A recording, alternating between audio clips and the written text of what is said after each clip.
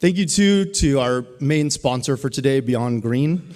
If you don't know Beyond Green, they are a global portfolio of hotels, resorts, and lodges dedicated to sustainable tourism leadership, meeting criteria that are aligned with the UN Sustainable Development Goals and industry best practices. Beyond Green member properties demonstrate sustainability impact in action by helping to protect biodiversity, celebrate cultural heritage, and create meaningful benefits for local communities around the world, all while delivering an exceptional guest experience. And I couldn't imagine a more aligned philosophy with that of the Future of Tourism Coalition. You'll hear a bit more from Beyond Green in a few minutes. So I want to just give a brief recap on how we got here today. The Future of Tourism Coalition was born in the first lockdown of 2020, but it was conceived before that time. Conversations between the 6 founding NGOs, CREST, Destination Stewardship Center, Green Destinations, Sustainable Travel International, Tourism Cares, and the Travel Foundation began in late 2019. An agreement that we all had to put aside differences and fragmentation of the past and begin to chart new ways of maximizing our impact. Ultimately, COVID did set the context for our launch and led us to begin and underpin our own coalition alignment by developing 13 guiding principles as an alternative vision for tourism's future, and one that we thought was much more tangible than the empty platitude of build back better. For us, this was the opportunity to underline better and define what that meant. But the objective was always broader than recovery and COVID. It's been to strengthen the third sector, align and amplify our voices, and represent a significant community within travel and tourism. And that's all of you that care about the future of our world and the destinations that our industry relies on. I think this is a community that has not been well represented in the past. We've not had the reach, the resources, or the influence to provide a counterbalance that is so needed for the future of tourism. But it's evident today that we are growing that alignment and developing a stronger and stronger third sector for travel and tourism. And we've had some really significant achievements to date. The 13 guiding principles have brought together an ever-growing community of more than 700 signatories, aligned by the same shared vision. And it's a real mix of organizations, big and small, from all over the world. Nearly 500 businesses and associations, more than 50 destinations, 97 NGOs, 32 media organizations, 34 academic institutions, and 8 donor and investor organizations. And over the past 2 years, we've hosted a series of incredibly well-intended online town hall-style webinars, set up an online community platform to bring people together to share ideas and best practices, all because this is what you asked for. My coalition colleagues and I have had the great opportunity to speak at countless events, helping to mainstream our collective vision and our collective thinking. And we're getting noticed more than ever before. And this doesn't just mean blah, blah, blah. I think the Glasgow Declaration is one really important example of how we, as a community, were given a significant seat at the table. And I do not believe that that would have happened, not to the same degree, without the underpinning of the Future of Tourism Coalition. I can also honestly say that our coalition organizations are working more closely together than ever before, and I know that we're stronger together. This summit is just one manifestation of that collaboration. Elsewhere, for instance, we've worked together to assess the town of Vail, Colorado against our 13 guiding principles as part of a wider piece of work that the Travel Foundation has been involved in, undertaking to provide Vail with its first ever destination stewardship plan. And I hope we'll hear more about this later as Kristen from Vail is a speaker during our afternoon panel. Today's agenda also provides me with some opportunity to highlight some of the other collaborative work that the Travel Foundation has been pursuing, and my colleagues in the coalition will also get a few minutes to do so for their respective organizations, so hopefully you don't mind a few minutes of indulgence. On our first panel this morning, we'll have Nadine from the Travel Corporation and Janie from Visit Scotland. They'll have a chance to share with us how they've collaborated together with support from the Travel Foundation to unlock new approaches for climate action that are only possible with public-private teamwork. And Janie may also share how we've partnered to cement Visit Scotland's role as a catalyzer for climate action for its DMOs and various stakeholders.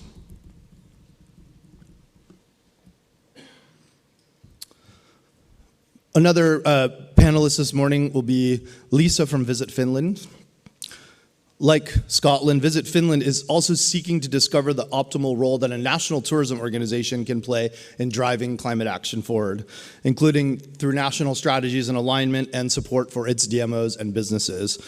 It was a really exciting and important moment a few months ago when Visit Finland signed the Glasgow Declaration and brought with them 60 signatories from the Finnish tourism sector all at the same time.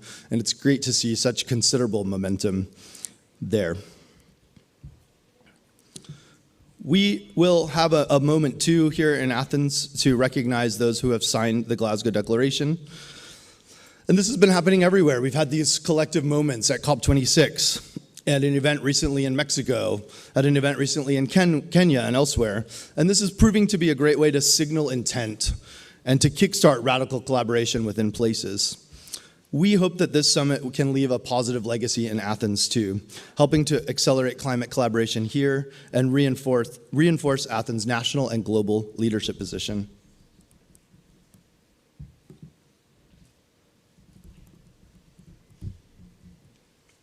On the subject of global leadership, I'm very happy that Anthony Everett is here today from 4VI, formerly known as Tourism Vancouver Island, but recently transformed from a DMO to a social enterprise. 4VI, I think, are true trailblazers in this space, and Anthony will have a special message relating to future collaboration with the Travel Foundation on a global and local level. We'll talk a lot today about destinations, and I think in the end of the day, this is where climate action will ultimately be taken and led. And the impact, of course, of climate will also be felt most critically in destinations. Destinations are everyone's business in travel and tourism, and that's why public-private collaboration is critical and will be a recurring theme today. I've already mentioned how the Travel Corporation and Visit Scotland will share the experience of a tour operator working with the National Tourism Organization to define climate solutions that wouldn't be available on their own. We also have Sophia from Tour Radar here today, and she'll share her perspective on how a company with truly global reach and influence can play its part, but acting as a leader in the travel tech space, partnering with 2,500 plus operators to offer more than 50,000 plus multi-day tours in 160 countries. And you may have seen a recent announcement from us that another global booking giant and Glasgow Declaration signatory, Expedia Group, will be working with the Travel Foundation to provide training and support for DMOs, particularly around their role as climate champions and catalysts. Lots more to share about that in the upcoming months. But the point here is that it's happening, real and radical collaboration, and I hope that all of you will have an opportunity to be a part of it and help to catalyze more collaboration going forward. We're approaching 1 year since the launch of the Glasgow Declaration at the COP26, and COP27 in Egypt is just around the corner. It's really important that we begin to understand the pathways ahead and how destinations and tourism will look in 2030 and beyond. And it's going to be critical that we adapt to thrive. And I don't just mean tweaking business as usual, but finding real, genuine transformation and new pathways ahead. There are barely 7 years till the end of this important decade, and travel and tourism has a choice. We can keep going on the same trajectory and becoming increasingly an outlier sector, unable or unwilling to get a handle on emissions, which continue to spiral upwards. Or we can show that there's another way, where tourism doesn't actually contribute to costing us our future. We're currently working on some interesting research on 2030 pathways, and we'll be working on a roadmap for us all to feed into to demonstrate how by 2030 we can transform our sector and deliver on tourism's promise of being a force for good, which doesn't happen intentionally, but certainly has the ability to be so. Stay tuned for some initial research on that in November at COP27. We'll have some first findings and some opportunities for everyone to engage. I want to share now a little bit more about the Future of Tourism Coalition. It's kind of meta, huh? Looking at the coalition, I think our number one goal is to continue to build community. We recognize there's a need to improve representation, particularly in the Global South. We need to strengthen our core composition as well by going outside of Europe and the US. And to complement our drive for diversity and inclusion, we're going to continue to support our online community, which creates such important access and opportunity for relationships. If you haven't joined the platform, please do so and use it. It's for you. It's your community and it's your resource. And watch out for our new Future of Tourism is Now initiative as we collect and share stories that bring our 13 guiding principles to life. And these are your stories, drawing on many inspirational case studies, including from some of the top 100 destinations that we heard about the other day. And we'll soon share a collection of resources that all of our NGOs collectively offer, with scope to add to this and fill in gaps with your help, the help of our community. And we'll continue to have events online and in person, and if you're interested in hosting next year's summit, please come and talk to me. I'm particularly excited that we'll be hosting a Future of Tourism Coalition Town Hall event at next year's Power of Partnerships Stewardship Summit, which was recently announced. It will take place next October in Richmond, Virginia, in partnership with Tourism Cares, the Cultural Heritage Economic Alliance, Blacks in Travel and Tourism Collaborative, and the U.S. Cultural Heritage Marketing Council. The program there is dedicated to exploring and understanding the intersections between climate, culture, and community in travel and tourism. And we're having deeper discussions with specific destinations that are interested in forming a stronger relationship with the coalition and becoming regional hubs for our initiative, allowing a test bed for changing the model of tourism on the ground. And of course, we'll continue to offer support together for the Glasgow Declaration, which brings me back to our agenda for today and to our next speaker. So please welcome Virginia Fernandez-Trapa, Program Officer for Sustainable Development at the UN World Tourism Organization. Virginia? Hopefully she's there.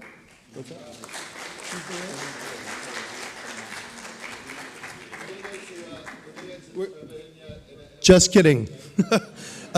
We'll come back to Virginia in a minute. So what we'll do is we'll switch it around and have the Future of Tourism Coalition organizations each get a few minutes to share, and then we'll come back to Virginia at the end. So Albert, you're up first.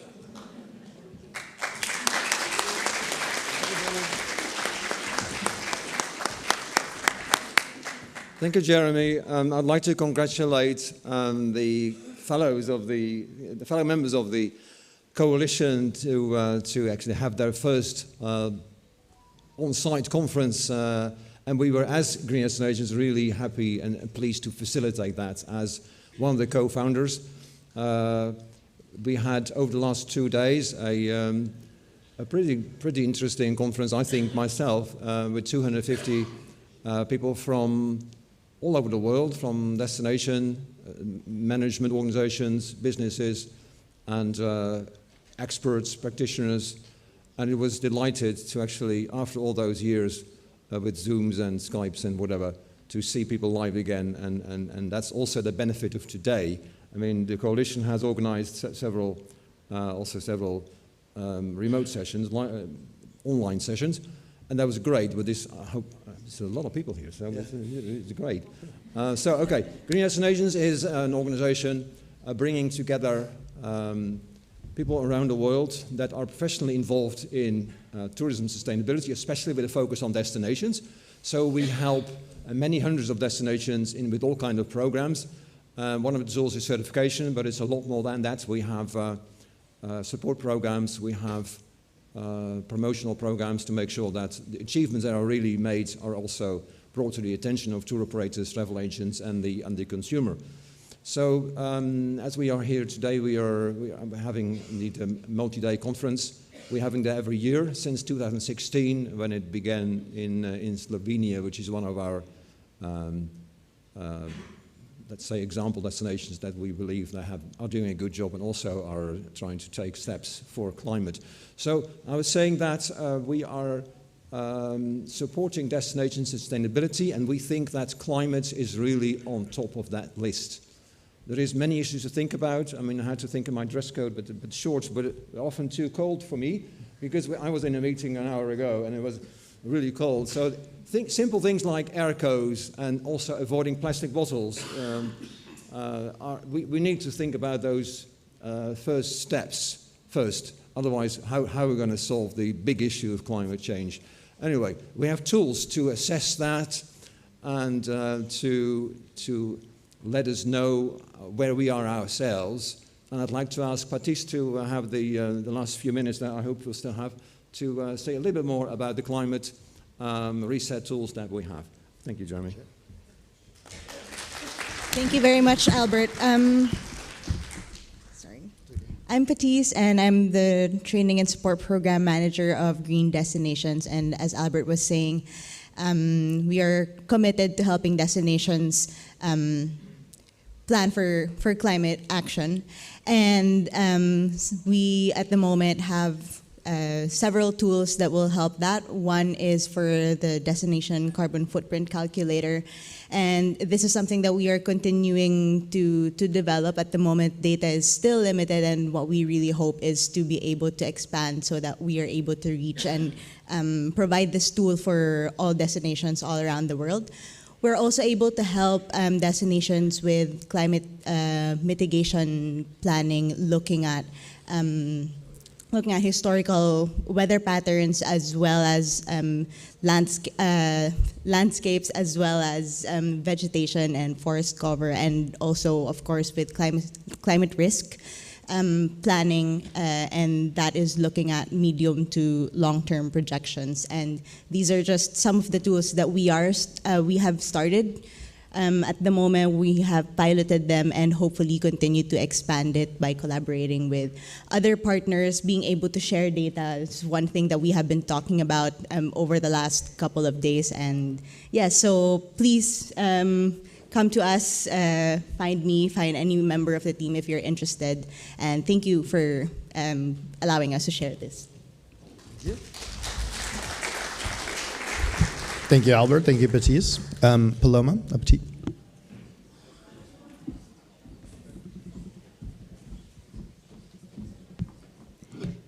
Thank you, Jeremy, and thank you to the Future of Tourism Coalition. It's been, a real journey for us, as Jeremy was saying. So I'm really, really pleased that we're all, here today, talking about the issues. And I think the Future of Tourism is really a prime example of collaboration. We were, different organizations pretty much trying to do very similar things. And through this collaboration, we really, we're working in silos, but through the collaboration, we've really been able to define a path to try to demystify, sustainability for the sector, and also to understand more who we are and how we can add value, So it's really been basically, having partners. And so I just wanted to say that it's a real prime example of collaboration that we're really proud of, and happy that all of you guys are with us today. So just to introduce who we are in Sustainable Travel International, we're a mission-driven organization like my colleagues, and we believe that tourism done well can be a means of conservation and economic development, but done incorrectly, it can be devastating.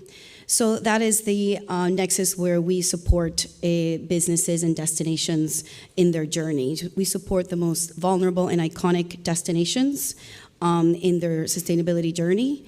We support responsible businesses in developing and operationalizing climate-friendly products through understanding, measuring, and mitigating their carbon footprint, as well as communicating the story on their climate-friendly journey.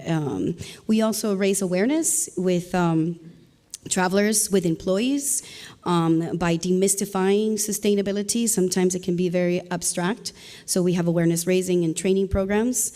And a prime example, another example about in collaboration is we recently partnered with Zing Media Productions and with Sublime Magazine to develop a documentary series. It's called Sustainable Travel, What's Next? And it's about really to showcase what sustainability looks like on the ground through the lens of the local stakeholders. So they tell the story of their collaborations, upstream and downstream, and across the board, through different destinations across the world and different types of businesses. So I'm going to show you a quick 2-minute video about the work that we've done with St. Kitts, the island of St. Kitts, in supporting them develop their Sustainability Stewardship Council and the effect that it's had on the ground. Later on, during the break, we're also going to show teasers of all of these videos in here, in this room, while there's the networking event going on prior to the workshops. So if we can have the video.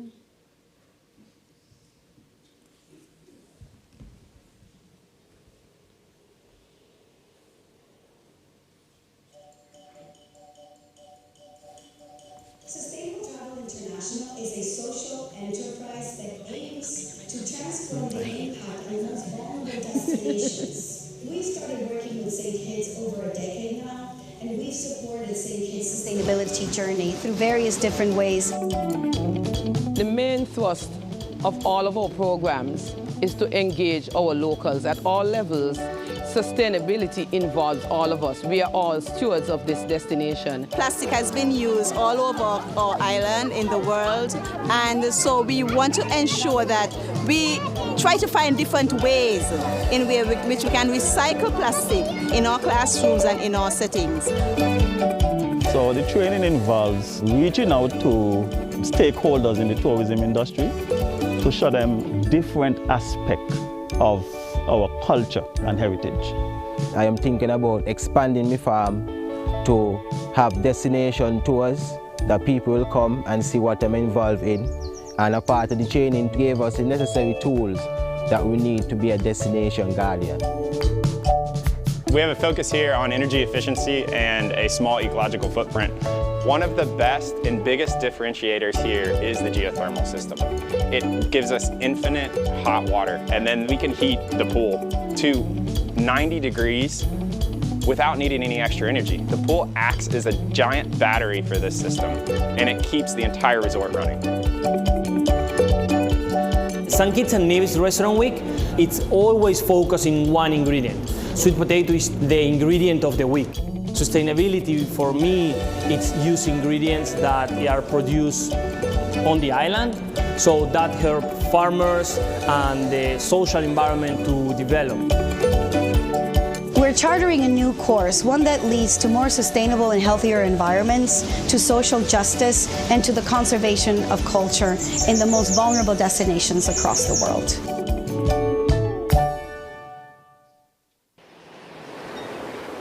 Again, these videos are really meant, to showcase practitioners and the travelers, what sustainability looks like, and again, how to tell the stories effectively. So, thank you. Thanks.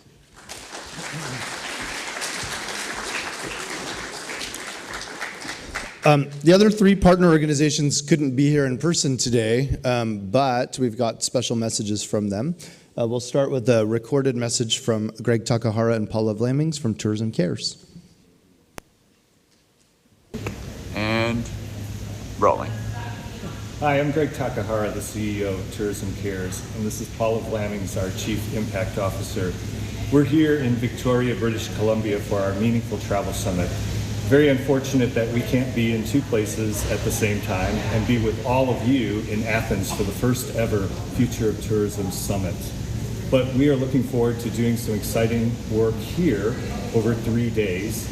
Maybe, Paula, you can give us a little overview of it? Yeah, we're excited to be here on Vancouver Island, where I know Anthony Everett is there with you from 4VI. So it's really talking about the power of partnerships. How do we collaborate as an industry across sector to support the destinations and put them at the center of tourism development? We're bringing 120 travel and tourism professionals here to Vancouver to hopefully inspire them, bring them out to the community to see local change makers making a true difference here in terms of building a tourism product that's built around sustainability. And we hope that at the end of our 3 days, we will have takeaways in terms of commitments that our attendees will be leaving Victoria with to be able to operationalize sustainability into their work, into their homes, into their communities. And so for our corner of the world here in Vancouver Island, to you there in Athens, we are really excited to all be doing this work this week, World Tourism Week, and really know that we're going to have this power of collaboration And we look forward to doing that with you guys in the future in person too. So thanks. Thanks. Have a great conference, Future Tourism Coalition. We're just going to move on to the panel, I think, because we have some challenges getting some of our remote speakers to join. Okay. We'll come back to that. Great. I love the video from Greg and Paula. I think it's really cool, actually, that although they're not here and we couldn't be together, that they're doing interesting, similar work all the way on the other side of the planet. And I had the opportunity to attend their Meaningful Travel Summit in Lake Tahoe earlier this year, and it was one example to me, actually, of how this collaboration has evolved. I think a couple of years ago, I wouldn't have gone. Maybe I wouldn't have even been invited, but it was a commitment I absolutely wanted to make and an investment that I was super happy that I made because we could be there as partners supporting each other. And I walked away from that particular moment thinking, my goodness, the alignment that we've created is pretty remarkable. The messages, while being shared in different ways with different audiences, were really quite similar. And Greg came out to me afterwards and said, this is because of what we've done. We've had an opportunity to really hone our collective voice and create this community that is being manifested in all these different ways. So I'm really excited to hear how things go in Victoria. So we'll come back, it sounds like, to the other remote speakers in a few minutes. But actually, Graham, should we go to the Beyond Green message now? Or, yeah. After the panel, okay. So we're going to actually begin our panel, our first panel today, which is focused on collective action, examples of collaborative action in tourism. So I'd like to invite Nadine, Anthony, and Liisa. And is Janie able to join? Or yes, okay. And Janie, who's coming in remotely, up to the stage. I have to tell you, we thought a lot about today and how we wanted to be a bit intentionally different. We even thought, should we have panels at all? I mean, maybe some of us are tired of panels, but these guys are going to deliver something a little different, I think. But we decided not to have any presentations today. We decided to have more discussion. But we do want to feature some people, and they're represented here, who have really inspiring examples to share of how things are changing. So that's the hope from the morning. These the few panel sessions that we do have, is to create that opportunity for inspiration and shifting of mindset. I think the best way to do that is to talk and to learn from each other. So we're going to do a bit of that, and then we're going to go into much more sort of action and conversation later. So what I'd like each of the panelists to do is to introduce yourself, and then I'll follow up with a question to ask for a bit more detail. Why don't we start with you, Liisa? So this is Liisa Kokkarinen. Kokkarinen, yeah. Liisa, want to start with a quick intro? There's Janie. Hi, Janie.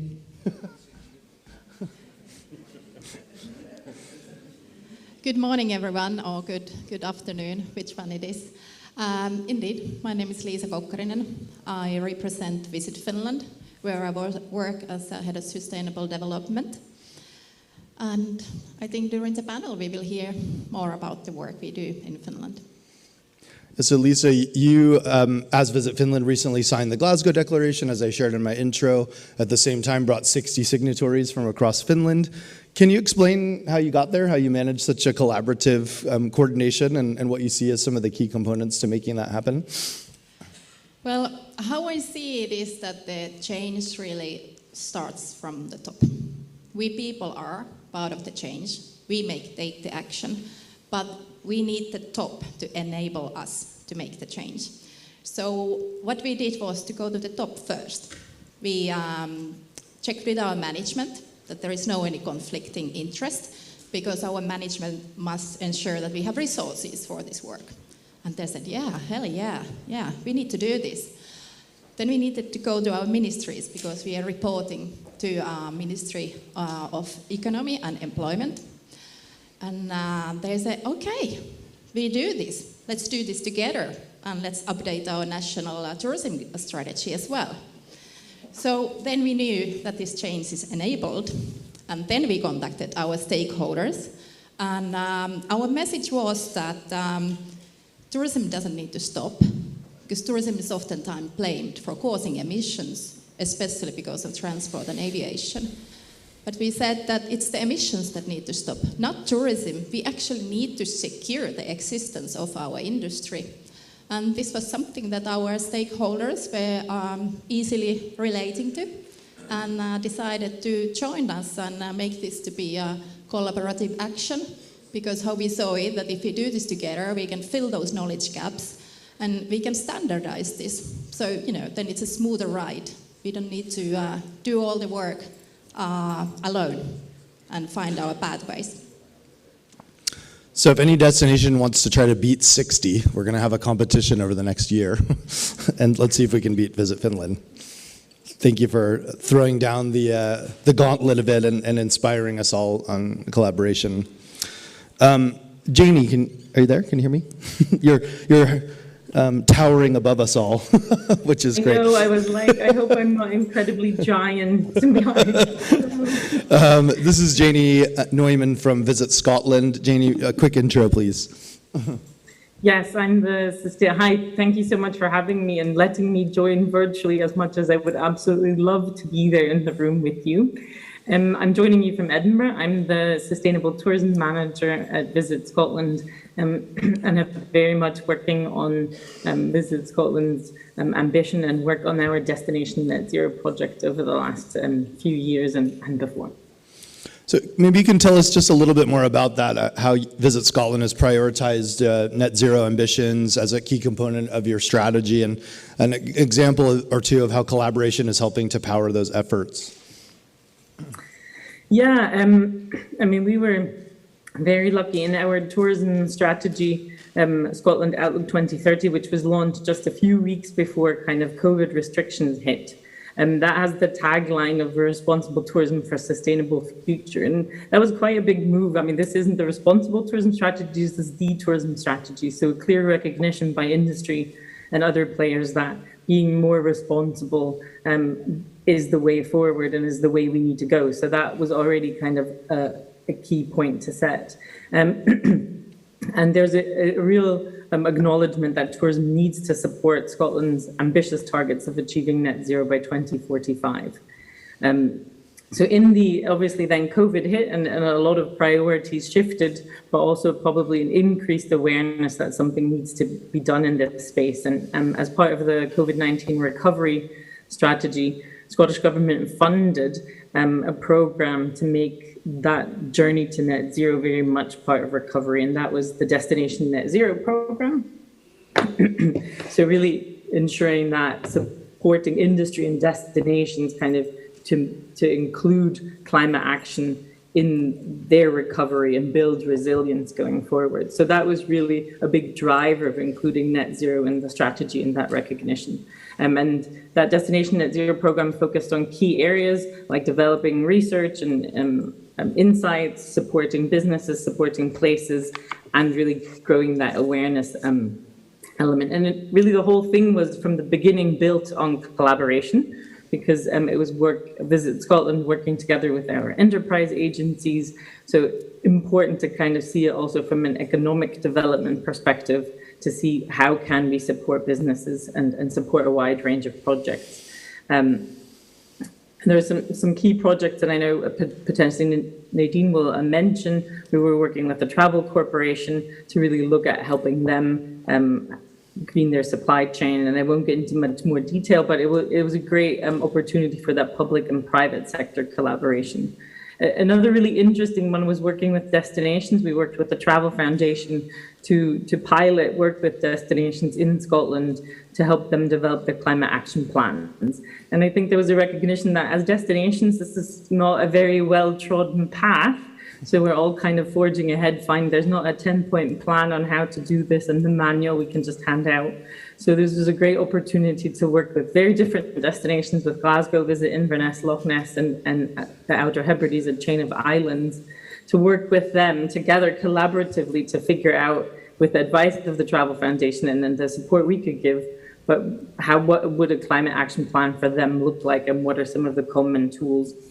And they've been really inspired to collaborate with other partners in their destinations, whether that's starting to talk to the climate change people at the local authority and making connections there, which have been really important in shaping their climate action plans. And even developing our own climate action plan going forward, involving as many people and having those conversations out with tourism as well, like with our transport colleagues and colleagues in Scottish Government that look at heating buildings, has been really key in seeing that strategic alignment, but also showing that tourism wants to be part of the conversation and support the solutions. Thanks, Janie. It's been really interesting to see in working with Scotland and others how the climate crisis, which sits above all of our heads, seems to be providing also an opportunity to open up discussions that have not been had before, or that we've talked about having before. You know, how do we get tourism a seat at the table in communities? How do we begin to have conversations about collaboration? What is that shared agenda? And in some ways, it seems to be providing a bit of a Trojan horse for some of these challenging conversations that we've had before. So if anything, turning crisis into opportunity, and working together to solve these things that obviously no one entity can solve on their own. Nadine, it sounds like a good way to transition to you. So quick hello first. Hi, Jeremy. Hi, everyone. It's so great to be here with you all today. So my name is Nadine. I'm the Global Sustainability Manager at the Travel Corporation. We are an international tour operator. We have a family of 40 brands, everything from multi-day tour brands, some iconic names like Trafalgar or Kentucky. We have hotels, river cruises, as well as fully independent travel. So we operate in over 70 destinations at the moment, I believe. So as a tour operator, it's really important we have a climate ambition and a net zero strategy. So that is backed by a 5-point climate action plan. So we measure our emissions, we reduce our emissions. We're looking to remove carbon from the atmosphere by investing in some nature-based project solutions, as well as offset emissions where possible. And then finally, just to keep evolving and establishing partnerships with destinations, which are key in helping us reduce our carbon footprint of our trips. I can get right into Scotland, or? Just to frame up the question for everyone, it's amazing to see the global leadership that the Travel Corporation has demonstrated in making significant progress in the last couple of years as a signatory to the Glasgow Declaration and working sort of at speed to achieve net zero ambitions. What's been really interesting to me has been the very clear message of how important destinations are to the Travel Corporation and its ambitions around climate and the future sort of risk and opportunity that I think the company sees when it comes to places. And honestly, we've not had enough recognition of that, I think, in private sector in the past. So it's quite a moment, actually, that we have someone sitting up here saying destinations are critical to our future. It's not only our own assets and what's happening between our four walls. So I'd love to just hear a little bit more of an expansion on what you've been working on, the strategy, particularly which aspects have benefited from collaboration, and any examples you think are worth sharing, like maybe the one with Janie. For sure. So without getting too technical, Scope 1 and Scope 2 emissions are basically the emissions that we own from our facilities, our own fleet. And then Scope 3 emissions are those that are indirect. And so those are the ones from our trips and the destinations that we operate in. So in 2020, I believe the Travel Corporation took on the task of measuring the carbon footprint of our trips. So that involved looking at what are the accommodations, the transfers we're using, the experiences, and the meals within destination, and how do we measure the carbon footprint from that. So we have a calculator in place that helps us do that, and now that we understand what is the footprint of our trips, how are we going to reduce that? And so because they're indirect, I don't necessarily have control in the destinations as to, is an accommodation using renewable energy, or do they have a net zero strategy or plan in place? How do we get everyone striving towards net zero at the same time? So this was critical to our work with Visit Scotland, because Visit Scotland has their net zero strategy. We have our net zero strategy. So how really do we come together to collaborate and basically push everyone along on this net zero journey? So we did some great work with Visit Scotland to really engage in conversations that went beyond marketing, because tour operators and destination management, DMOs, are always talking marketing, but how do we go beyond that and talk about what are our net zero plans, what are our sustainability plans, and how can we help each other on them. So basically, we had some conversations that related to, how do we offer a low carbon product in Scotland, particularly as it pertains to some of their iconic sites. How do we incentivize customer behavior to really choose those low carbon alternatives? And we had some great conversations that are now going to lead to outcomes, such as workshops within the suppliers within Scotland to talk about, how do you measure your emissions? How do you reduce emissions? We know that tour operators such as ourselves, the Travel Corporation, are going to come knocking on your door asking you, are you using renewable energy? So how do we prepare the destination to answer questions like that? So I'm really excited about the future of our work with Visit Scotland. I think it's been really productive. And again, it's this model that we could take to other destinations, have similar conversations, and helps us drive our carbon footprint down, as well as helps the destination drive their carbon footprint down as well. One of my biggest takeaways from being a part of that collaboration was just seeing how challenging it was in many ways to define a shared agenda. Even two organizations really committed to collaboration, understanding the sort of gaps that they had in their own capacities and capabilities, what they could achieve. The conversation still started with, here's my thing, here's your thing, how could we sort of mush them together? But the real opportunity is to say, what are the things that we could accomplish by working together that could never be accomplished by working on our own? And when we got there, that's when the magic started to happen. It's like, okay, this is why to make this investment, and here's who else we need at the table to make it even broader.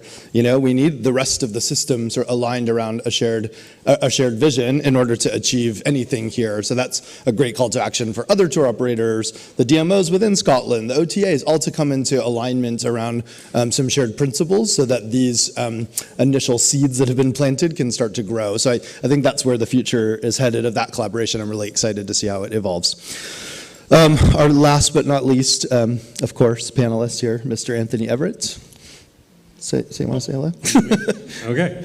I'm reflecting, and I want to thank the coalition for this conversation. When we launched 4VI as a new social enterprise, we don't use the term DMO because we are focusing on our social enterprise. But after 60 years, it was time for us to change from learnings of the pandemic as an organization and really focusing on how do we achieve balance on Vancouver Island with all the things that we were hearing. And the reason I want to thank the coalition right off the start is because when we launched in April, never in my wildest dreams would I think I would be in Athens today, and that's only 6 short months ago. And we are, we're in business to ensure that travel is a force for good on Vancouver Island for forever. We are making investments in social responsibility, social purpose, and social impact. And in that regard, we realized very quickly, within minutes of the announcement actually, that we needed to have a global partner that could really help make a difference locally. So going global to local, I've learned tremendously in the last couple days. I will continue to learn as an organization. We will continue to learn and grow. But I'm excited today to announce that we have a multi-year partnership with the Travel Foundation to work together to find solutions for Vancouver Island and innovate even globally and work locally on some of these things that are so important to the planet right now, our people, our Indigenous communities on Vancouver Island. And this kind of relationship that we're established with the Travel Foundation has already borne many learnings and lots of innovation, investment and impact is already creating or starting. And one of the first initiatives we're measuring, we want to look at new KPIs for our destination, but hopefully those will be KPIs that all destinations can look at when it comes to social purpose and social impact. It's a bit of a terrifying time to be changing your organization the way we've done it, and it's going in lots of ways that I hadn't anticipated, many exciting and not without some challenges. It hasn't been for the faint of heart, but I absolutely believe that it's the right approach. And thanks to this coalition and thanks to Jeremy and the Travel Foundation, we're now able to work across teams together with my team to learn globally to make that difference locally. Thanks, Anthony. We broke the format, but that's okay. We're adaptive and resilient all here, so no problem. I don't have a follow-up question. Thank you. Let's move into the discussion now. And we're really going to base this discussion on two key questions. I'm going to ask two of our panelists to respond to the first question, but other two panelists, if you have additional thoughts to add, please don't hesitate to do so. So I'd like to ask first to Janie and then to Nadine. So getting out of you've shared your stories, examples, but what do you think are the keys to collaborative action? If we could just start to identify some takeaways together, what are the keys to collaborative action, and how do you develop the right mindset for change? Because I think one of the things that plagues this industry is sometimes a real slowness to be open-minded around change or see that change actually is even feasible because of the sort of complications and fragmentation and interconnected complexity of the industry that we work in. So just some reflection here, the keys to collaborative action and developing a mindset for change. Janie, you want to go first? Yeah, sure, thanks. It's interesting when I was thinking about this. I think for us, often people are really worried about talking about this or about their ambitions because they haven't done enough or they don't have all the answers, so they kind of don't step up or stick their head above the parapet, as they say. And that doesn't help with opening conversations. So for us as Visit Scotland, one of the kind of big steps in a way was joining, being the first national tourism organisation to join Tourism Declares a couple of years ago, which was really about setting out our commitment to make sure that tourism in Scotland is part of the solution. But by no means did we have all the answers. It was very much a starting point for an accelerated journey, but it was kind of putting a line in the sand, which held us to account, but also allowed us to open up conversations with other partners nationally and internationally, which has been very exciting about working on the Glasgow Declaration. So really starting those conversations, which is the fundamental piece of collaboration. So by being open and saying, right, this is our commitment and our ambition, don't know exactly how to do it, but we're happy to have those conversations. And very much since then, it's been learning by doing. And so, yes, having, I guess, the chance to being in that environment where we've been supported to take those actions has been great. But being able to kind of say, this is what we want to do, what are you doing, what do you think? And actually having a shared target and commitment also helps. So I think that's where the Glasgow Declaration fulfills a really important role globally for the industry to kind of say, okay, let's all rally around this shared ambition and target. But that can trickle down locally to say, okay, we have this ambition, we want to rally around this, so let's start talking about what are the problems, and what are you doing, what am I doing? So yeah, sometimes just starting to talk about it and opens up those conversations and allows other people to say, yeah, I've been thinking that too, let's work on this together. So overcoming that challenge to start really helps to build those networks and build confidence as you go along as well. It's such an important reflection. I mean, I feel like I've been learning this lesson not only professionally, but personally, just talking and how much talking helps, even if sometimes the talking is hard or is built around answers that I don't have, which can make you feel quite vulnerable. But I think the more we talk, the more we understand each other. And so it's so interesting how that crosses over personal and professional experiences. Nadine? Yeah, thank you. So yeah, I guess when we're talking about talking, it's totally great, and we also just want to make sure that we're having real impact at the end of the day. So when we're having these conversations, especially with partnerships and with destinations, it's easy for us to get caught up in, I guess, our shared goals and what we want to be doing, but really what are we striving to at the end? What is that end goal that we want to have? Are there key metrics or performance indicators that we can look at to really show that the partnership has made a difference? So I think that's a really important part of collaborative action. The other point that I just want to say is that there should be kind of a win-win for all parties.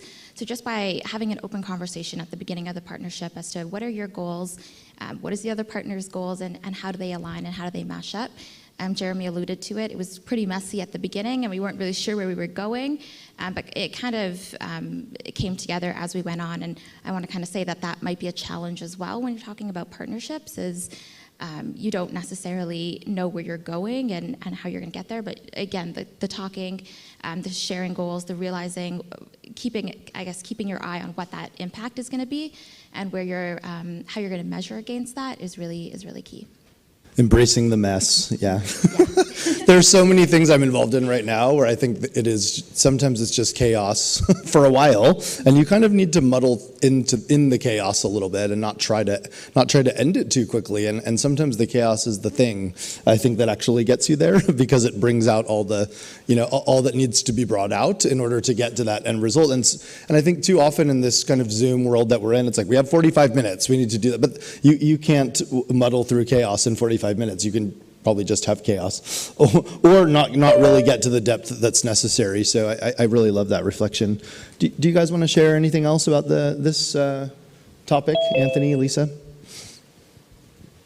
Well, yeah, like how we see things is that it's really like, and also like these discussions that I've had here in the past few days, it's like if you don't standardize things, and if you don't demonstrate leadership, it's really, really difficult to get somewhere. Like if you don't have a shared vision with your industry partners and with your stakeholders, how can you measure that what you have done, or where are you going?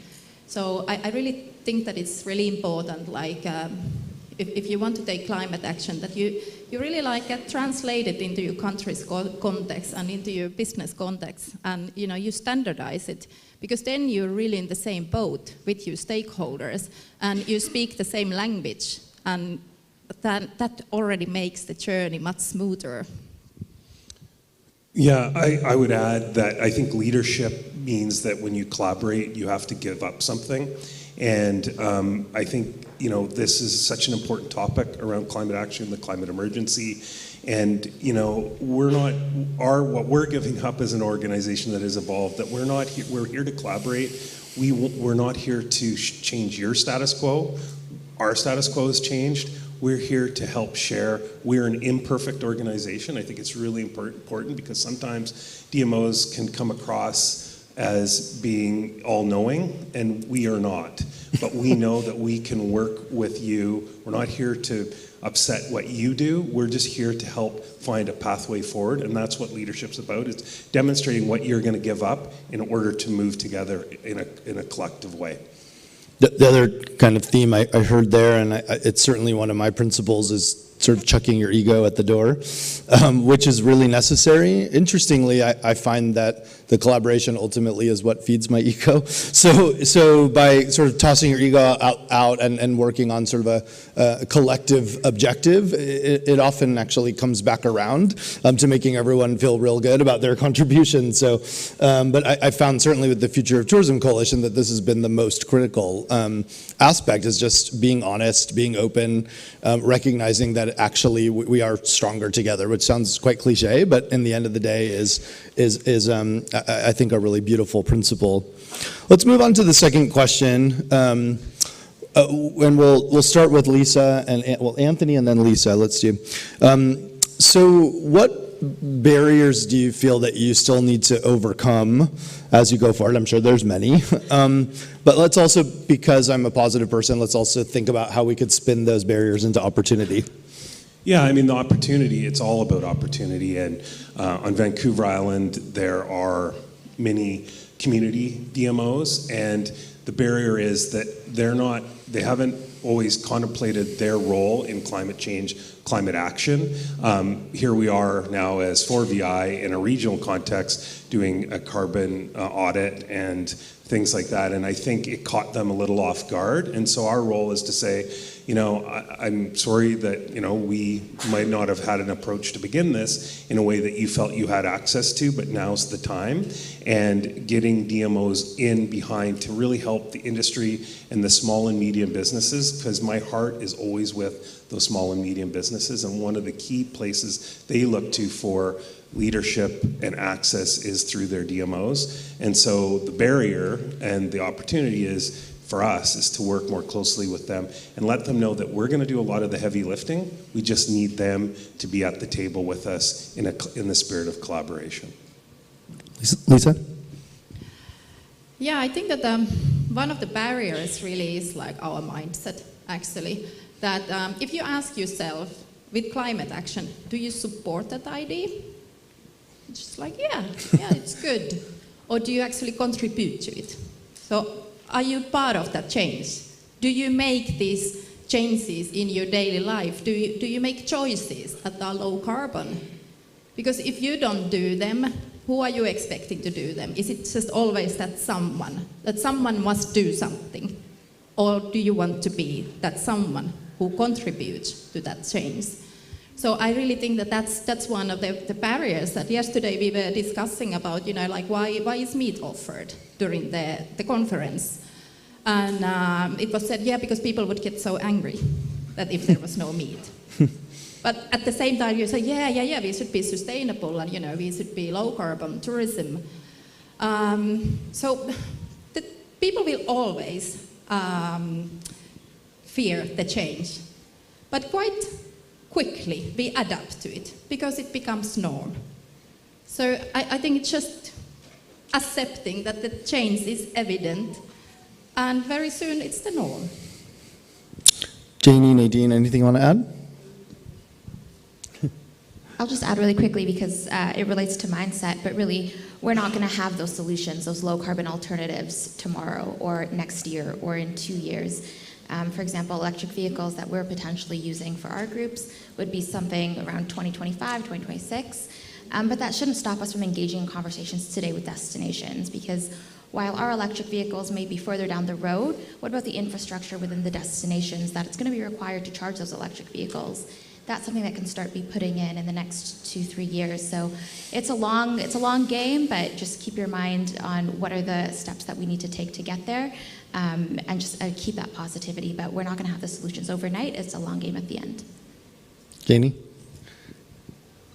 Yeah, just briefly, interesting speaking to a few of the points that sometimes it can be frustrating. These working with DMOs, they're engaged, they're keen, they want to do something and take action, but they're like, just tell me what to do, give me the 10-point plan.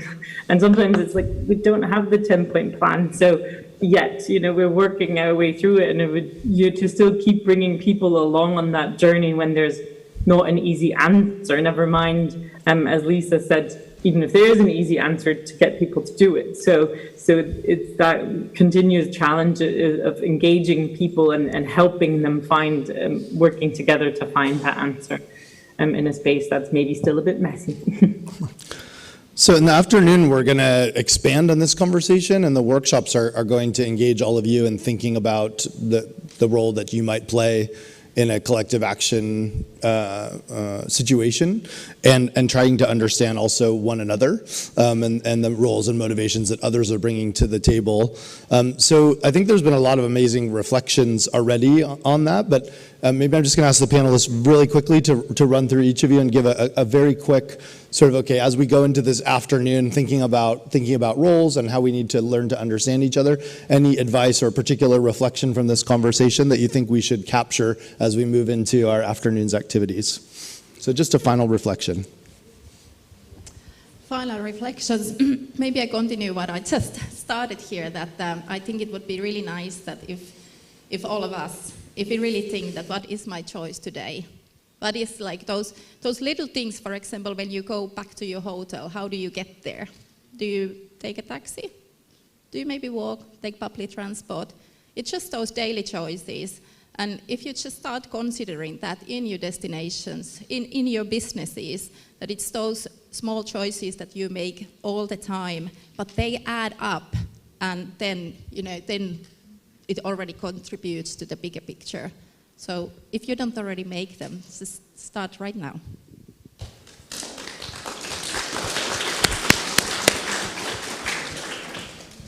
That's a good one. I would just say when it comes to kind of your goals and just understanding a little bit more net zero and the Glasgow Declaration has a great framework as to how you can achieve net zero, but really critically think about what does net zero mean to your organization, what does it mean to your destination, who are the people that you're going to need to be engaging in 2 years' time, 5 years' time, 10 years' time, and really just understand what it means to your destination, I think would be really critical, and who do you need to engage to achieve some of those goals. I guess what I would say is try to personalize it as much as possible. I have a soon-to-be 8-year-old, and my lens entirely, like what motivates me every day is trying to make the world a better place for her. And what I learned earlier this morning was this generational shift, it's already happened, right? There are younger people, much younger than me, that are going to demand these changes. And so that's how I try to approach conversations, and that could be useful maybe for you this afternoon to somewhat personalize it in that way. So, Janie?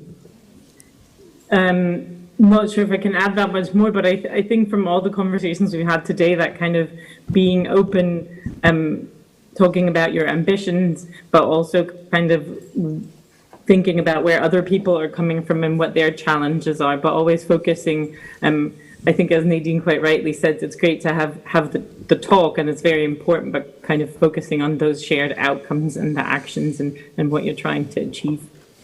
So good luck. Great, perfect. Thank you very much to our panel for this great discussion.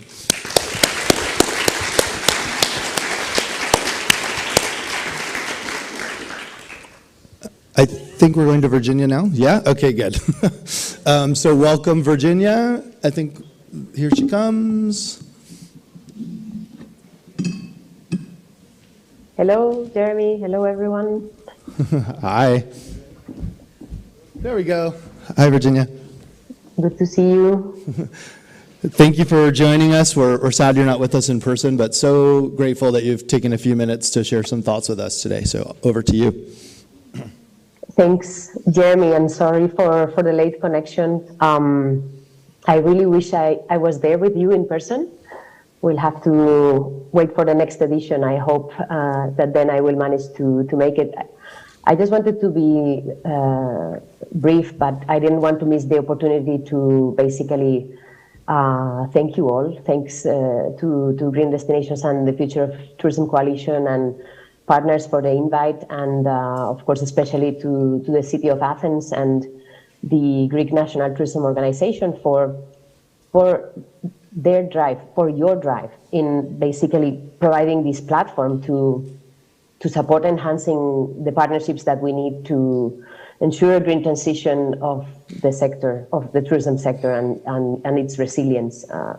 We all know collaboration is not easy, but it's only through dialogue and a lot of effort that we will achieve it.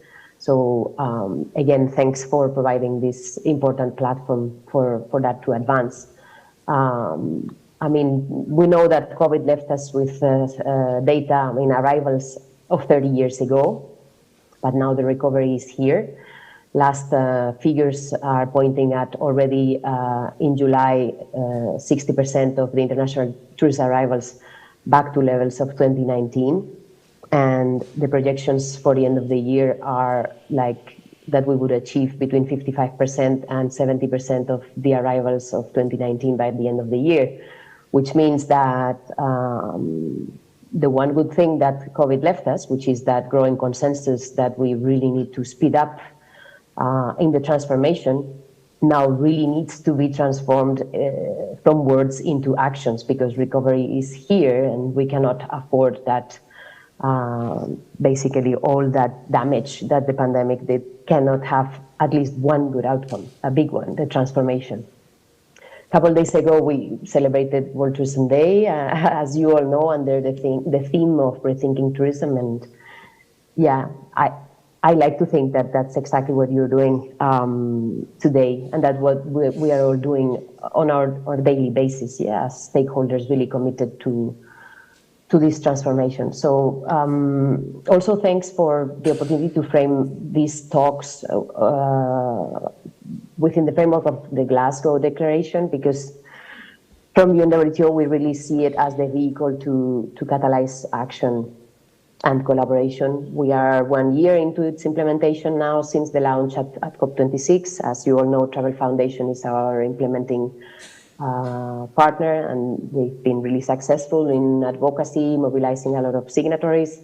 I know many of you signatories are there in the room, so it's really great to have you on board, and I know some of you may be joining us after this event, so please don't hesitate, just join. We really need you. And at present, the signatories that we have are 720 organizations, which is great. If you think that when we started developing the Glasgow Declaration together with the drafting committee, it was only 8 organizations. We arrived to COP26 with 300 launch partners, and now the numbers have more than doubled. So that's great. To us, that's pointing in the right direction, but this is still, let's say, limited numbers if we think about the size of our sector. So there's really a lot to be done. Keeping it positive, there is also a lot of, let's say, increasing climate activism in our sectors. There's many parties, many professionals, they want to just take measures and they want to be consistent and they want their efforts to mean something. And basically, we're here to support.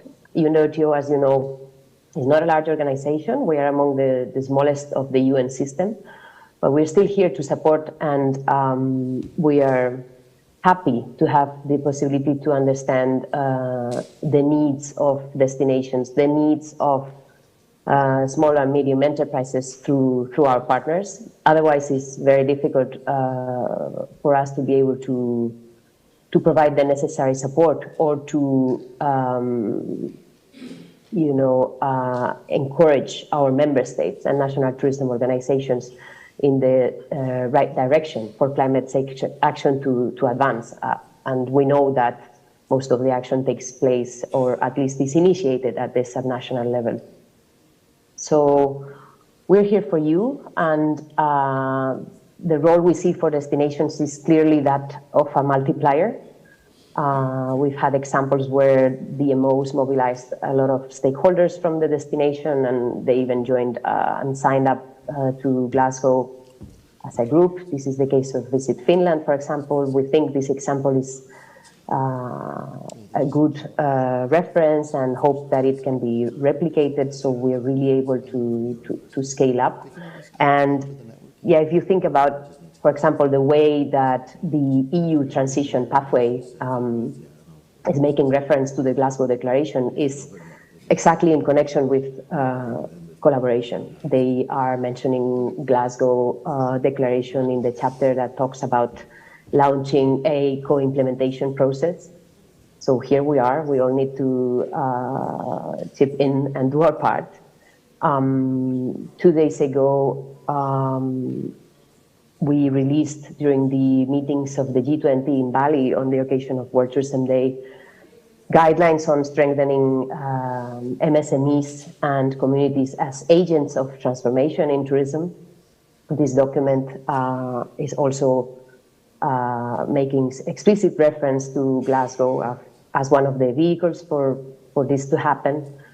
And next week we will be in Cyprus, in Nicosia, where ministries of environment are discussing the application of circularity in tourism. And once again, Glasgow Declaration is going to be at the front and center of that discussion. So we need action on all levels. We're trying to push from our side, top down, to create the enable conditions, but we need the bottom up. You are there pushing bottom up. It's essential that we keep connected so that we truly accelerate together, and we are able to mobilize the necessary support, which is not an easy task. Everyone wants to travel. Consumers want more sustainable experiences, and our unique planet depends on whether we transform or not. So let's do it together. That's all from my side for now. I really wish you great discussions, and again, I wish I was there. Thank you.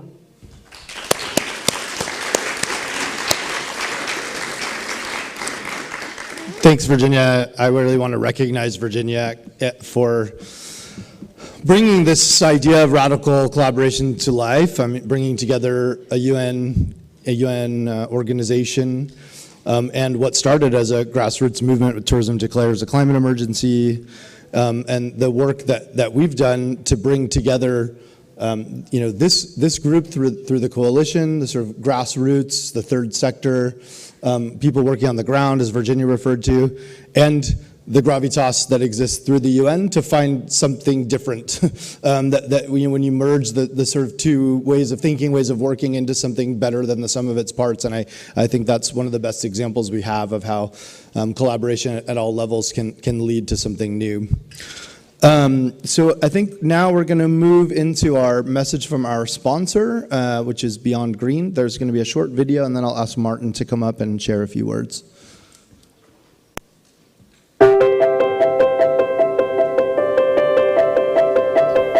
In travel, there are many options, and actually the landscape can be quite tricky to navigate when trying to find properties that genuinely have a passion for doing good. Beyond Green will offer customers a very clear platform to explore a range of different hotels, resorts and destinations that really have sustainability at the heart of what they do.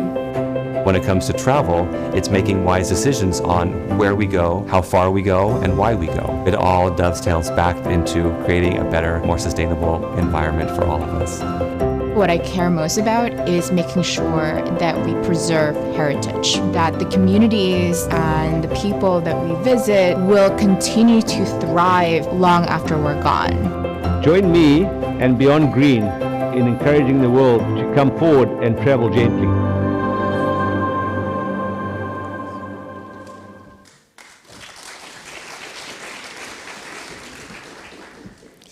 Good morning, ladies and gentlemen.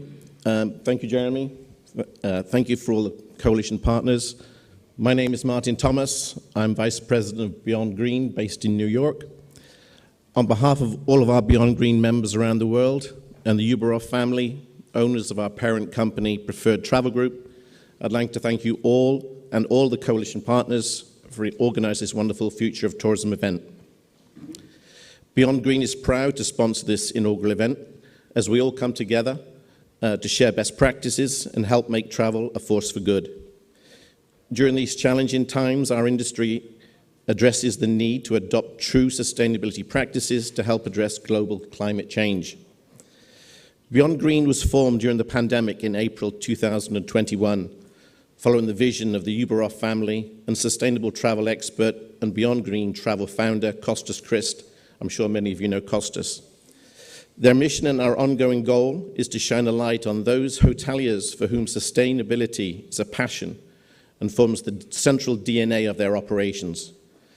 And we welcome all new members who demonstrate sustainability in action and a commitment to sustainability leadership. We work with hoteliers all over the world, from luxury resorts and city center hotels to family-owned properties, African lodges, and glamping operations, providing them a global platform of sales, marketing, public relations, social media, and distribution solutions from our global network to help drive business from key source markets and also new markets for leisure, corporate, and group business. As true leaders in sustainability movement, our members include renowned properties like the Brando in French Polynesia, Ted Turner's Vermejo Reserve in New Mexico, Francis Ford Coppola's resorts in Belize, and Beyond Travel in Africa and Latin America, to the acclaimed work being conducted here in the Zagoria region in Greece by the Aristi Mountain Resort. As Beyond Green members share a deep commitment and allegiance to the United Nations sustainability standards and industry best practices, which form the basis of membership and deliver multiple examples of sustainability in action with guest experiences that reinforce that approach. As we collaborate and share best practices amongst each other in the portfolio, so we look forward to working with you all on our sustainability journeys as we seek to address climate change with climate action and help educate our travel partners and customers on the importance of our global mission. I'd like to take this opportunity to introduce my colleague, Nina Boys. Nina, if you'd like to stand up. Nina is Vice President of Sustainability, representing our parent company, Preferred Travel Group. And Nina works with hotels, destinations, and travel companies to help them evolve where they are in their sustainability journey. Both Nina and I look forward to connecting with you during the rest of the conference. But if time doesn't allow for us all to talk, please don't feel on, by all means, go and find us on LinkedIn. And more information on Beyond Green you can find at staybeyondgreen.com. Thank you all again, and on behalf of all of the Beyond Green members and Preferred Travel Group, we look forward to our ongoing discussions and collaborations. Thank you very much. Thank you, Jim. What's that? Okay. Next, we're going to hear from Wes Espinosa, who is the Interim Executive Director of CREST, which he just announced yesterday. So we got to change that title at the bottom. But Wes, are you there?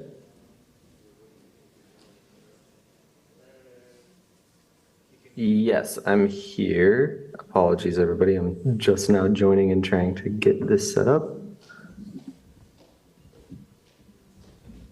Yes, there we go. Can you all hear me? Yep. Yes. Perfect. Yeah, Wes, we can hear you. Perfect.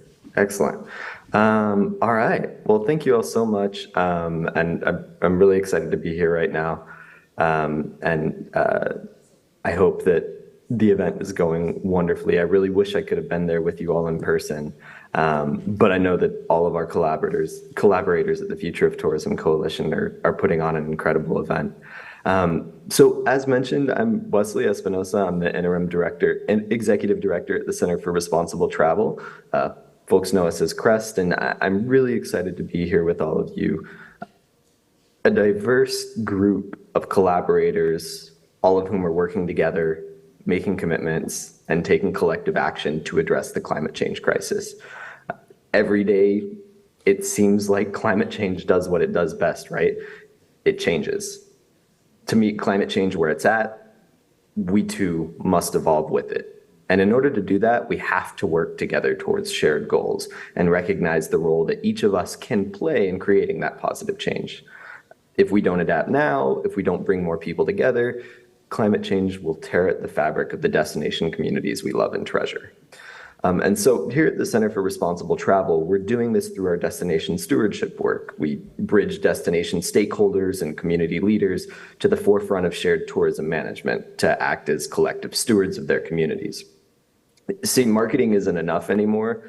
We have to manage and we have to adapt. And so today is a perfect representation of that. It's because collaboration is key. At CREST, we're working with academics, researchers, private firms to make their incredible research and tourism models more accessible to both practitioners and travelers. And that's because, again, and I know I'm being a bit repetitive, but this movement really takes us all if we all collaborate on shared commitments.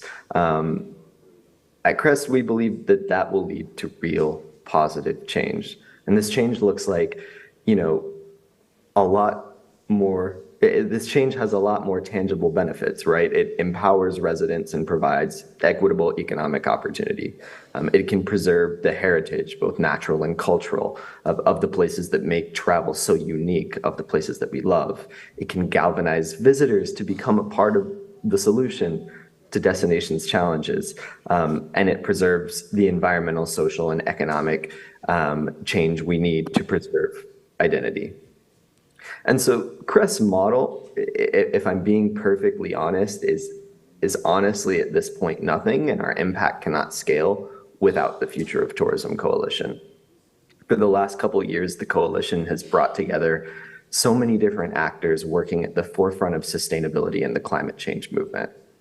We hope today that you can see this work in action and be a part of this work. And see that, because this is not just another event to talk about climate change. It's an action-oriented forum that we hope builds everybody's, including ours, knowledge, skill sets, networks, connections, so that we can actually evolve and meet climate change where it's at any given point. That's what the coalition has been doing and continues to do and continues to build upon. And I know that our evolution will be impactful.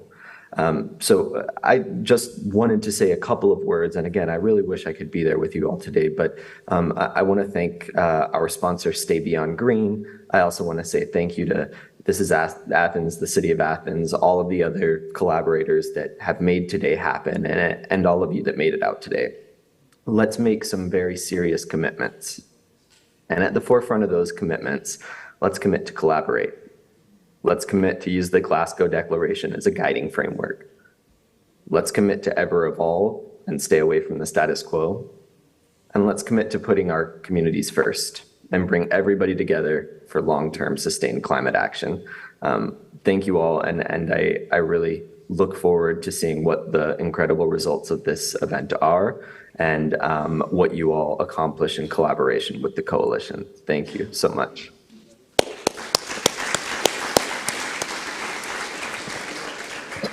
What's that? Jonathan? Okay, great. We have our final speaker of the morning, Jonathan Tourtellot from the Destination Stewardship Center. I know he also got an award the other day on World Tourism Day. Maybe he'll tell us a little bit about that. Jonathan, it's great to see you.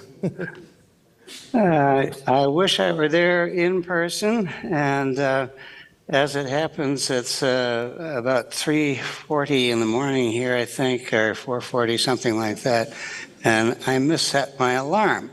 So I just woke up, and it would have been much better to be on time. My apologies. I'm going to be a little less formal than Wes because I am barely awake, but I did want to point out that the Destination Stewardship Center is based entirely on the idea of collaboration. We seek to become the knowledge center on destination stewardship around the world, and much of the activity that we have been doing lately has been a collaboration itself with both CREST and with the Global Sustainable Tourism Council to create the Destination Stewardship Report. And you're going to be talking a lot about collaboration today, at least I hope you are. And I wanted to get across the idea that when we talk about tourism, even when the issue is climate or other earthly problems, we're talking about places. And I think it's important to remember when we all come down to what this is about, it's about places and the people who live there. And I love places, distinctive places. That's why I travel. You tour any vibrant destination, and from wildlife to street life, you find a fascinating place. Look deeper on your tour, and you'll see how a place also holds the roots of its past and the seeds of its future. History reveals itself in old structures and older tales. Even a simple stone wall may have a story to tell. The tapestry of a destination's future is being made of threads being spun today. Children who've learned a local song, endangered birds given a safe place to nest, or ominously, a growing season that keeps getting longer.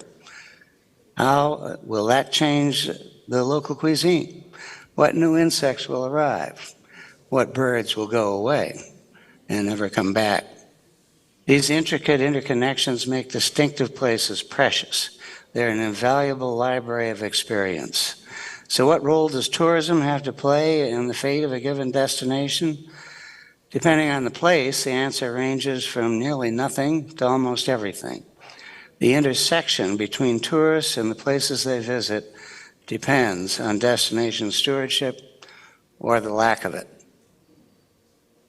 In the work we do, we are looking for stories to tell, and we are going to be looking to you for stories to tell. The Destination Stewardship Report is open to all of you, and we are eager to hear and see in our pages your thoughts about tackling climate, about collaborating for tackling climate, and Excuse me.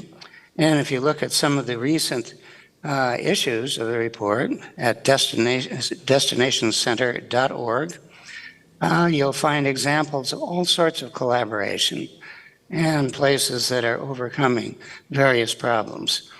The Mersing district in Malaysia, for instance, the Kloatik Kalas Game Reserve in Namibia, Community Reserve, Jeju Island in Korea, the entire country of Palau.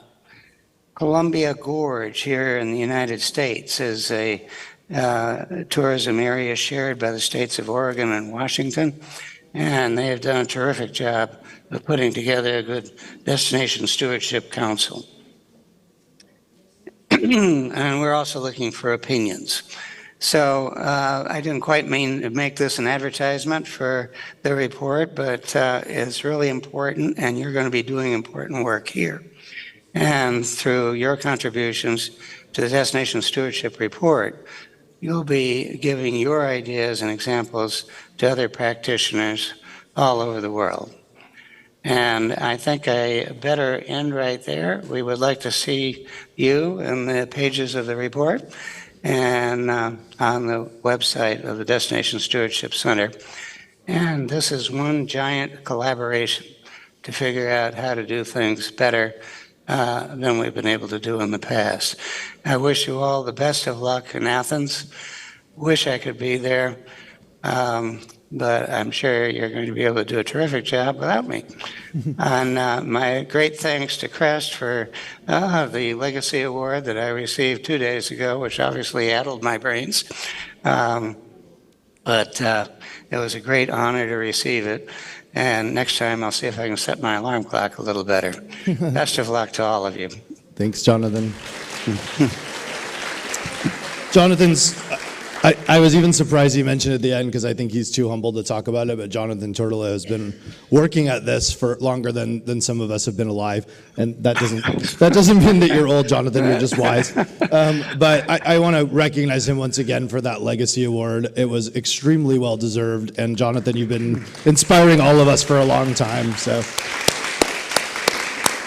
Thank you very much indeed. It was a big surprise and very welcome. I'm going to turn it over to Graham now for an announcement that will take us into our networking. Yeah. Thanks, Jeremy. So I know a lot of you haven't had coffee yet. Apologies if that's the case. Don't worry, there's caffeine available in a moment. So I've just got a couple of, that's where the come on. So we are going to, as Jeremy said, we are going to be very, very kind of action-oriented here. And you've sat and you've listened, and hopefully you've learned. We're going to get you working now, so don't get too comfortable. We will be actually splitting you all into some groups to do this activity. So if there's anything that you absolutely cannot be without for the next, say, hour and a half, your phone, your laptop, please bring it with you to the networking, because you will not be able to come back in this room and collect it if you're not assigned to this room, okay? So you can leave your suitcases, your other bags in the room. There's no problem. But if you, as I say, if you need your phone, make sure you've brought it with you. So listen very carefully on your way out. You will be given a number. That number will be important. So if you are given the number 1, then you'll return to this room at the end of the networking break, which will be in 30 minutes at 12:15. If you are given a number 2, if you are assigned number 2, rather, then you'll be in the building next door, which is called Inn of Athens. It looks the same as this building, but it's right next door.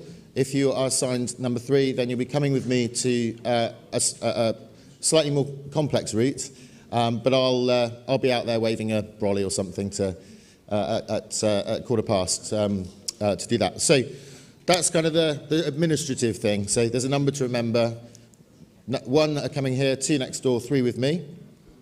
The other thing is that if you heard Jeremy's closing remarks yesterday, you will have heard that he gave you a challenge, and I hope lots of you have taken him up on that, to answer this simple question. If you had a superpower, what would it be? If you haven't already thought about that, maybe it's a question you've asked yourself previously. Use that in the networking break. Use it as an icebreaker. We want you to ask people what their superpower is and why, and we want you to share yours with them. So that's all. That's it. Go and enjoy coffee. Don't all rush out at once. You've got to listen for those numbers on the way out, okay? Great. Thank you.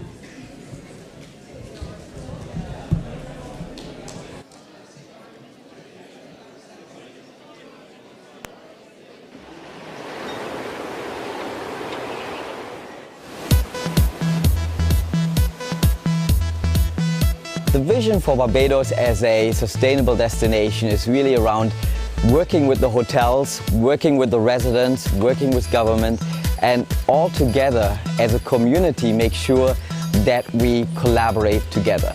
What makes Barbados so unique is the people. And going into community, you feel like your family. Climate change is a multi-generational problem. I call it our public enemy number one because Barbados is a small island developing state that is at the forefront of the climate crisis. Any action that we can take for the betterment of our environment, we must do it today. We're one of which do coral reef first aid. You come to learn how to take care of coral, how to plant coral, the importance of coral in the environment. So Barbados is one of the few places in the world where the entire landmass was plantationized to plant one crop, sugarcane, which essentially made the soil infertile. Tourism can also play a role of being productive and a sustainable sector, using both local and foreign visitors to come and help us plant back trees and have a more involved, community-driven concept of tourism. Future Centre Trust has born this project, the Barbados Trailway, and we're reclaiming the old train line and repurposing it into a multi-trail community project. Cyclists, hikers, they've got a safe space to exercise, to be out in nature.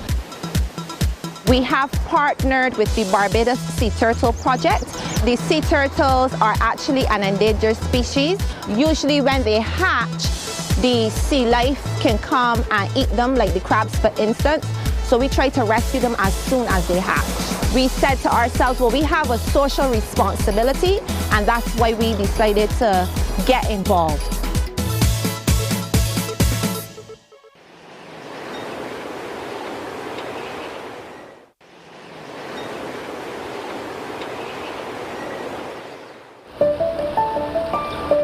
Vail has an adopted environmental sustainability strategic plan, which establishes goals in 6 major sector areas, including waste diversion, energy efficiency and climate, ecosystem health, social and economic development, public education, and mobility.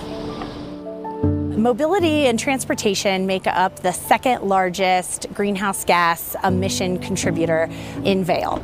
And as such, we're trying to reduce those emissions. And so we have several different initiatives going on. Gore Creek has suffered the impacts of about 60 years of development since Vail was founded in the early 1960s. In that relatively short period of time, we've seen rapid change in this watershed, in the hydrology of this watershed.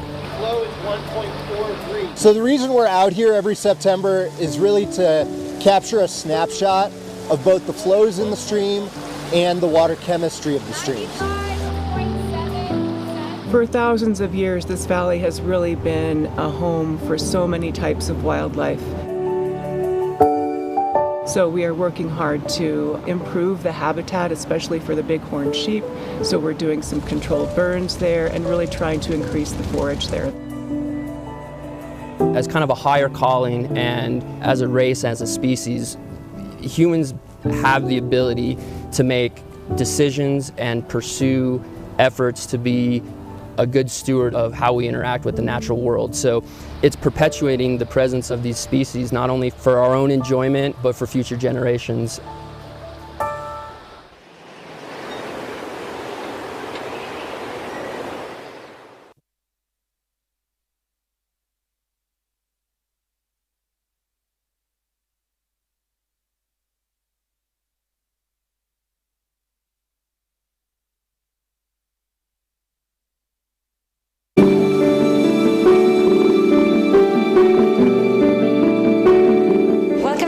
says Ibiza, this property is going to be the first BREEAM certified in the Balearic Island. There was a thoughtful consideration regarding maximizing the natural ventilation of the buildings and natural light. We are powered by 298 photovoltaic panels. We also have a geothermal cooling system. So focusing on renewable energy, these two systems together are helping us to offset 40% of our carbon footprint in the property. Welcome to Six Senses Douro Valley.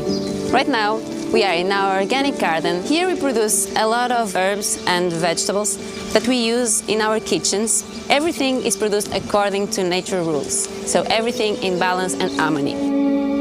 The Earth Lab is the heart of sustainability in every Six Senses property.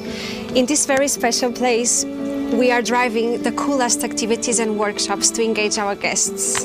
We educate and we inspire children to understand how every decision they make has an impact on climate change and in our planet as a whole. We have these beautiful donkeys that we protect, and this is done through the Sustainability Fund, and this goes across every Six Senses. So George is our mushroom supplier.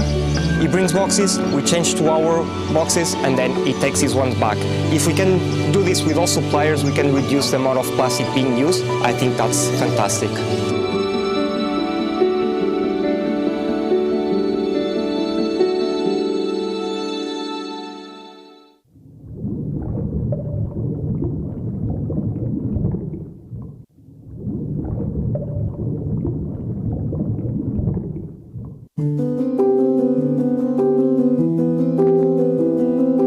Ljubljana, Slovenia, a capital city with a green soul, a mindset of reuse and regeneration, the largest vehicle-free zone in the EU, and one of the highest percentage of green space per person. A city rebuilt with a human-centered approach connected to the natural world.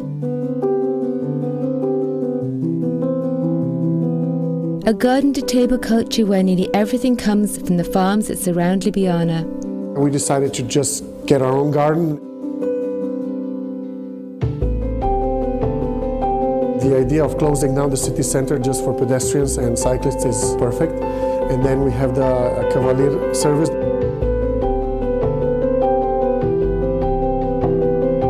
The Japanese knotweed is an invasive plant. Harvesting invasive plants and making them into paper. We have a lot of rainy days, and because I have this special knowledge, I continue this work. Slovenia collects the highest percentage of solid waste in Europe and has a green waste process that emits enough energy to power the entire Zero plant. A green jewel in the heart of Europe. It's no wonder that Ljubljana is the greenest of capitals.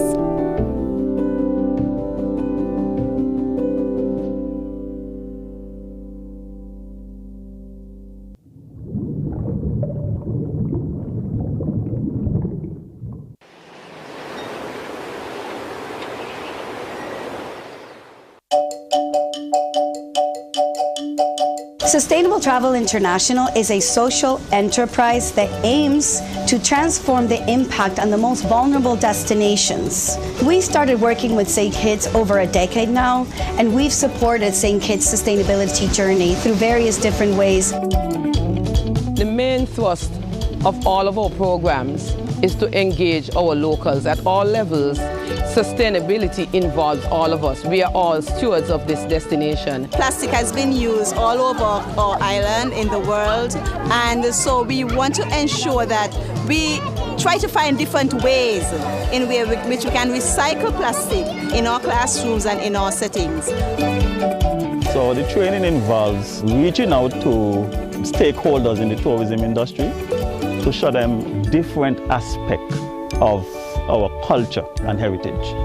I am thinking about expanding my farm to have destination tours that people will come and see what I'm involved in.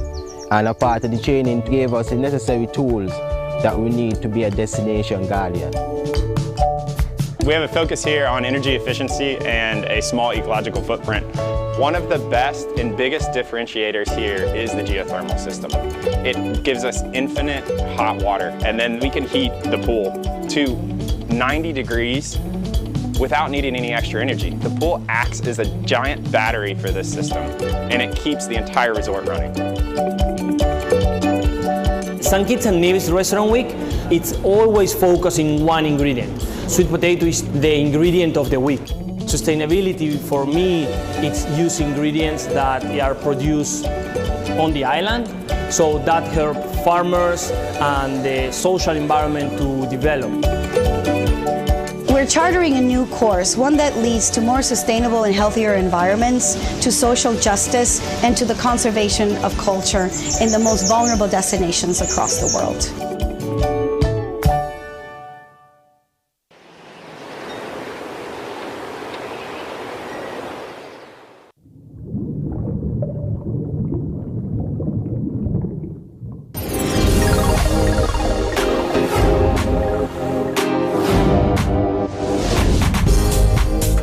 Capital cities aren't usually the first thing that comes to your mind when you think about sustainability.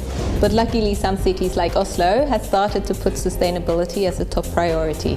The city centre of Oslo has had a major facelift over the last decade, and the new development has had sustainability as a main priority.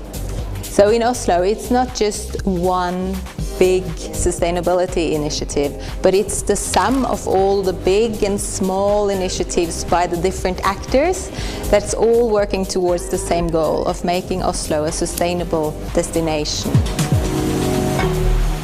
We want to inspire people to spend more money on experiences and less money on things. It's about being with nature, in nature, although it is in the city. The latest addition to the Oslo cultural scene, the new National Museum, is the largest art museum in the Nordic countries.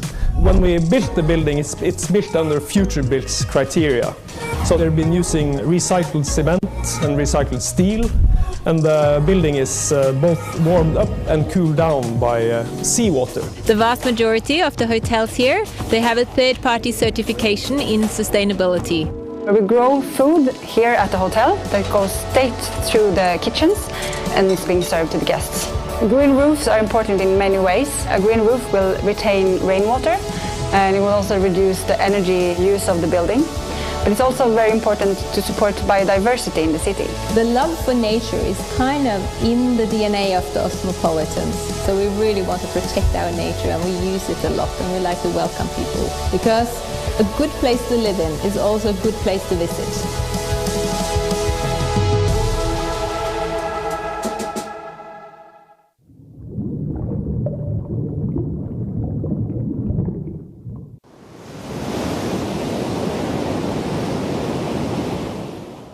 The reality of it is so much stronger when they realize that all of that was done without affecting the planet negatively.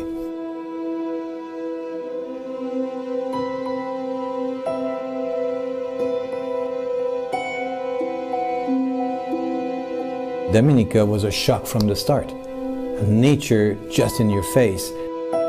So perfect setup for us to do the project.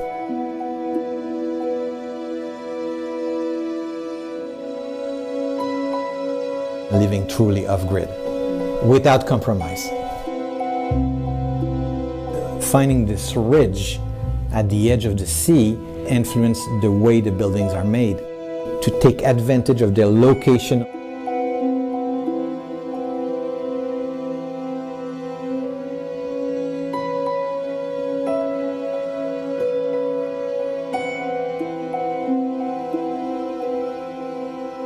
All the essential services are all located underground, protected from a storm or a earthquake. So when the Hurricane Maria arrived, it destroyed all the natural forest, villages, all the power lines on the island. But the project, because it was designed for that, was able to actually survive. What could be done to develop the island to be resilient, do a good marriage between the touristic industry and their own life. What we achieved with the project is a demonstration of how you could harness nature to live well in connection with the environment. We wanted to make sure that it could be used somewhere else in the future.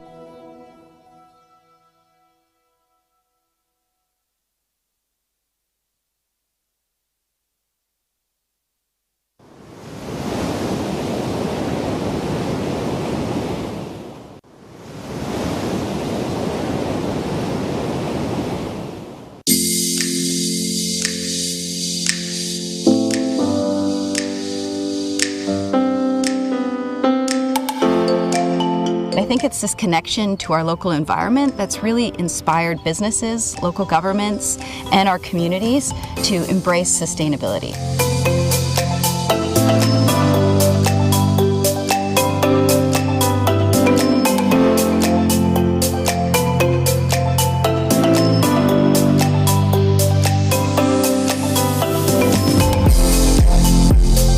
Victorians have won a fair amount of awards for their leadership in decarbonization and ecological education. The Parkside Hotel and Spa has long been a sustainability leader within the Victoria hotel community, recently receiving their Biosphere certification. Sometimes efforts around sustainability are really tangible and obvious, but most of the good work happens behind the scenes. Here at the Victoria Conference Centre, my company Synergy has been working with the team to advance energy efficiency, water conservation, waste management practices, and sustainable purchasing. In Greater Victoria, there's just a belief, and there's great examples of it, that operating with the environment and the community in mind is good business. Governments and entrepreneurial businesses alike have come together to really push the boundaries of sustainability here in Greater Victoria. While we have much more work to do, there's a real sense of energy, innovation, and progress.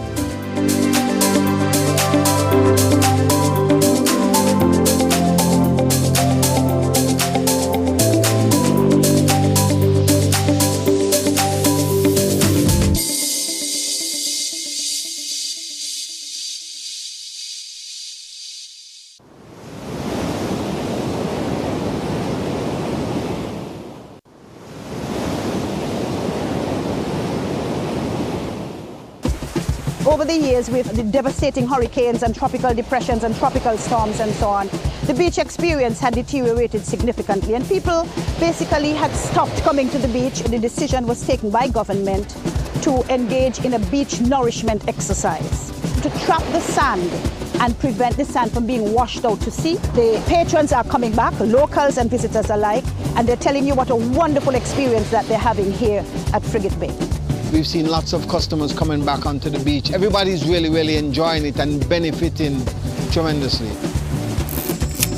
Areas that used to grow sugarcane, like 1,200 feet up in the edge of the forest, is now going back to be grass forest, woodland forest. The rainforest is a gift to the nation. We love it. We operate on Marriott Beach to remove the sargassum and create compost for local farmers. We go down to the beach, we harvest it by hand with forks. This is also an opportunity to rescue any sea life that is in the sargassum. We then add different natural components, organic components, to create compost and eliminate the arsenic and heavy metals found in the sargassum. We're taking a big biomass and creating something that's beneficial for another form of agriculture. St. Kitts Music Festival is held annually in June, and over the years we've had many internationally acclaimed artists, Akon, Jimmy Cliff, Maxi Priest, and of course a host of local artists, because the intention is also to expose them as much as possible. Everybody duck, take over, everybody drop, take over, everybody duck, take over, everybody drop, and there we go with so duck.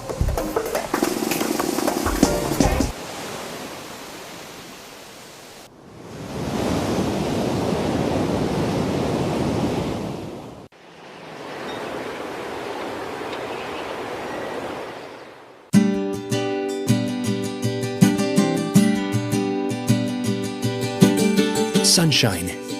We've got lots of it. In all shapes and sizes.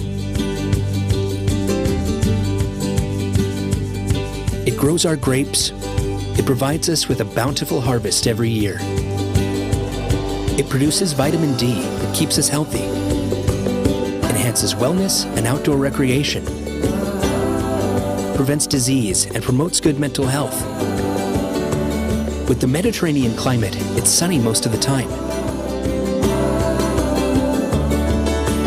But there is a drawback, as we all know. That's why Sonoma County is focusing on climate change and resiliency in its strategic plans. Mobilizing countywide efforts towards mitigating and preventing climate change through education. Messaging to change the ways people interact with the environment. Carbon emissions eliminating technology. And the incorporation of sustainable practices in new developments.